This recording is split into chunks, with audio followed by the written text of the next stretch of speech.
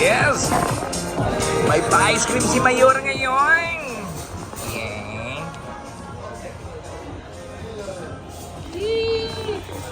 Nako, tataas na naman yung sugar.